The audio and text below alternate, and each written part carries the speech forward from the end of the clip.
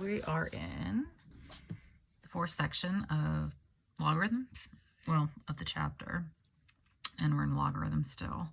I apologize if you hear my toddler screaming in the background. He is upstairs, and so am I. Anyway, back to your notes. We're going to recall three properties with exponents. If we have a product property where the base is the same, what can we do with those exponents? We can add them. So recall that logarithms are asking what was the exponent.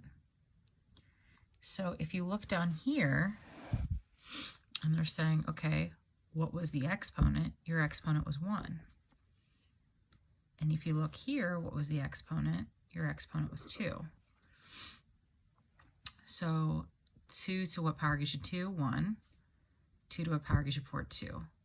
So when I have two exponents, like m and n, 1 and 2, I can add them if the base is the same. So your base here is 2 and 2. I am multiplying 2 and 4 to get 8. I'm multiplying m and n. So you just can add them to get 3. Well, yeah, 2 to what power gives you 8? 3. So if I have log 2, 8, I could separate that as log 2, 2 and log 2, 4, as long as they're being added together. So if I had log 2, 2 and I had log 2, 4, I know that that's 1 and that's 2, and if I add them together, I get 3. Okay? Or I could condense them into one log and I've gotten 3 as long as I multiplied. So the conjecture we could make is if this was like 8 and A was 2 and B was 4, okay, so kind of like what we had, log 2 times 4, or log 8, you could condense it, or you could make it bigger. So if I had log 2ab, I could say that is the same thing as taking log 2a and adding it to log 2b. And I know it's a lot to wrap your head around, so if you need to rewind it and look at it a couple of times, that's fine. Mostly practice will help this sink in. So once again, if you look here, log 3/9, it's asking what the exponent is. Well, the exponent's 2. And log 327, that's evaluated to be 3. Well, these are the same base. Just like this is the same base. And when you multiply them together, you're adding the exponents. So a 9 times a 27, all you'd be doing is adding the exponents, you'd get 5. So you can condense or elongate, okay? So the same goes for division. A to the m divided by a to the n is the same thing as a to the m minus n. So there's subtraction. So log 232, which is 5, log 2, 4, which is 2, I have the same base. A was the same base. And how do I find the exponent? I subtract. 5 minus 2 is 3, as long as 32 divided by 4 is 8. Yep. So, same thing here. If I have log 2a divided by b, that is the same thing as taking a log 2a and subtracting a log 2b. Since logs are actually exponents, you can subtract them. So here, if I have a 3 and a 1, if I subtract them, that's 2. Well, it works. Does 27 divided by 3 give you 9? Yes. So let's recap this again. If you have log bmn, that's the same thing as log bm plus log bn. As long as m, n, and b are all greater than 0 and b is not equal to 1, because 1 to certain powers are just going to give you 1. Okay, and same thing here. log bm divided by log bn. It would be subtraction if you wrote them as two separate logs. Okay, so that's pretty much summarizing that. So let's actually apply it now. So it says, given log 2, 5, because 2 to what power gives you 5, it's not pretty. So we're going to simplify it or approximate it. So 2 to what power gives you 10? Well, we don't know that, but what is 10 made out of? I know 10 is made out of 2 times 5. And with that new property, I know that log 2, 2 plus log 2, 5 is the same thing as log 2, 10. Multiplication yields to addition. Well, log 2, 2 is just 1, and I know by what they've been given that log 2, 5 is about 2.3219. So this is approximately 3.3219.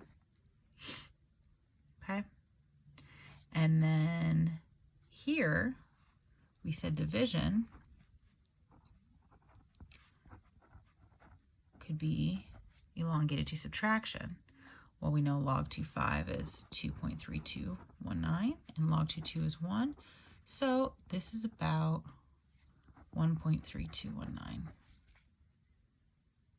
And log 2, 25, well, I know 25 is made up of 5 and 5. So log 2, 5 plus log 2, 5. And I'm allowed to use addition because I'm writing this as two separate logs. This came from one log with multiplication, two separate logs with addition. So this is 2.3219 plus another 2.3219. Okay. All right. Now, what if you were given these expressions and they wanted you to condense them into one single logarithm? Oh, how's everyone doing on this quarantine? I've hit a wall. I have hit a wall. Okay. This log here, they have the same base, it's 8, and there's subtraction. So that means if we condense them, it's got to be division. Okay, now you're going to have multiple choices for the homework and the test. So not to worry, but if you got to here, no, you wouldn't know 8 to what power gives you 3, but by the time the lesson's done, you will know how to simplify this, and you'd be expected to. Okay. Here, though, when you're given letters, you can't simplify it anymore, but they want you to condense it into one log. So log z, it's going to be one log. But you have 2a. Subtraction, we know, is going to be a division. And then you have b. But this plus is going to be multiplication. So you go back to the numerator. So it's technically over 1. And then you know that b over b simplifies to a 1. So it's going to be log z 2ac.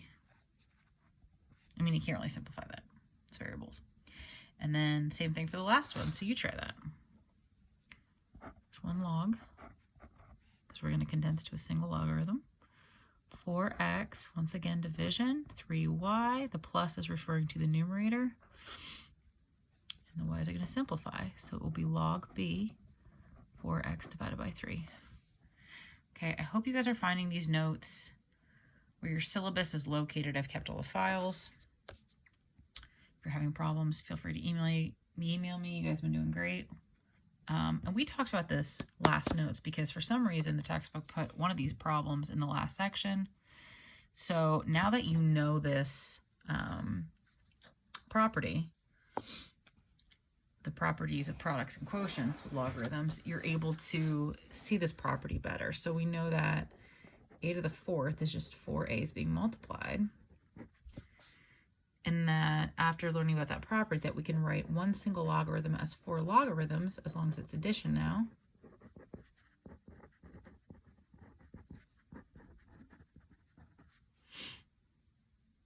So the property you just learned told you could do that. Well, if there's 4 of them, reflect back at where we started. All we did is we took that 4 and we moved it to the front because it's a log. Okay, so it's called a power property of logarithms. So if I'm given log b mp, where mb are greater than 0, and b cannot equal 1, and p is any real number, then I could just put p in the front. Okay, so if you're given something like this, we did this last lesson, you can just put it in the front and then evaluate this log. 3 to what power gives you 27.3, then your answer is 300. And once again, you can put the 12 in front here, and 2 to what power gives you 8, well, that's 3, so 36. Now here, kind of ignore this 12. Log 12, 144. 12 to what power gives you 144 too? Well, what's 12 to the second power? 144. We could have just canceled these out. So you're raising something exponentially that's asking what the exponent is. They kind of cancel each other out, and you're just left with 144. We could do the same here and cancel these out and get 7 if that 9 and that 3 were the same, but they're not. But I know I can make 9 3 squared. So I can create the same base. But we need to get that 2 out of the way.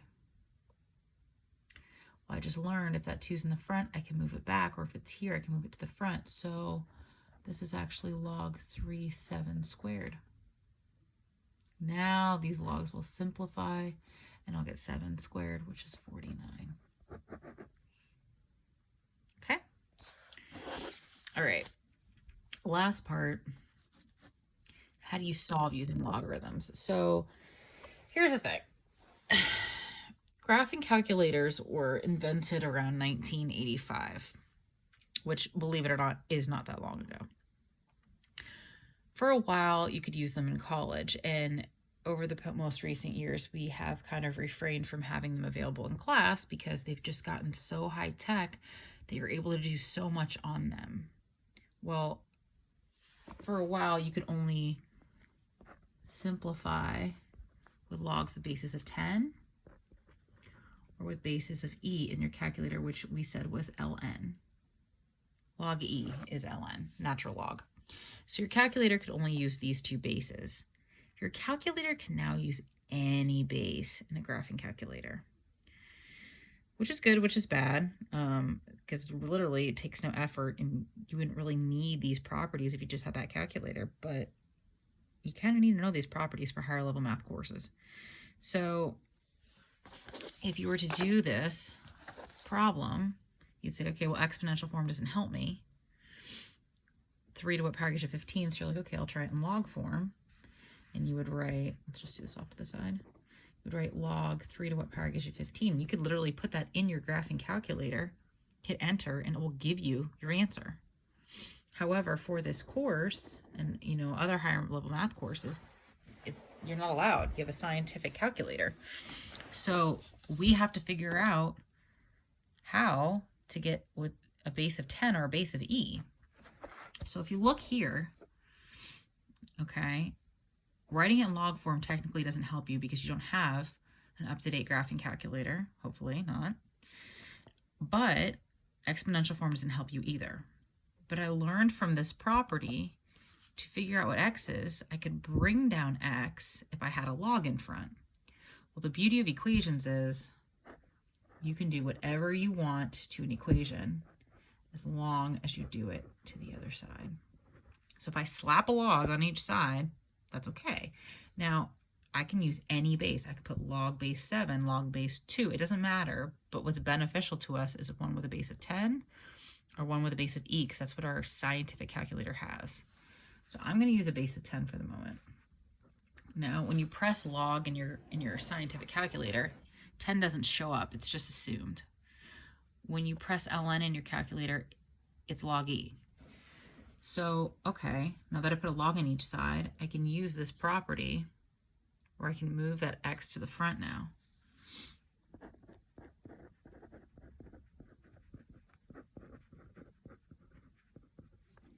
Okay, well, how do I solve for x? Remove it. How do you remove it? By division. You don't need to write this 10 because it's just assumed. If you see a log 15, it's assumed it's 10. If you see a log 3, it's assumed. You put this in your calculator, log 15 divided by log 3, and you'll get an approximation. And that's how you solve for these types of equations. So if you look here, you can go ahead and slap a log on each side and do the same routine, or put it in log form. 6 to what power gives you 42? 6 to what power? Well, this form does not help you. If you notice,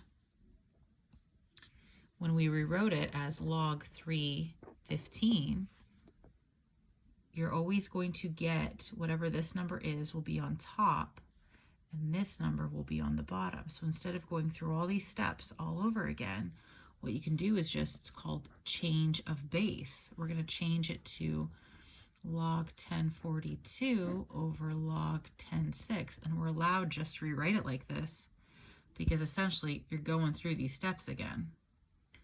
So if you put log 42, close your parenthesis, divided by log 6, close your parenthesis, enter, it'll give you an approximation, and you can just solve that way. So when you're solving for x, or if you're just seeing log 320, and they want you to put it in common log, well, common just means the base of 10. It's just so common, okay? Then you would literally type log 20 divided by log 3. And it doesn't matter which number is bigger. It matters what was the technical output, what was the base. And it says round to the nearest 10,000, so go ahead and do that. So same thing again. It doesn't matter if 8 was bigger or not. It's just saying whatever the number is, put here, whatever the number is, put here, and get your approximation. So that's how you solve for those. Okay, if you have any questions, please email me. You guys have been awesome and very on it. I appreciate all of your hard work, guys, and I'll see you soon.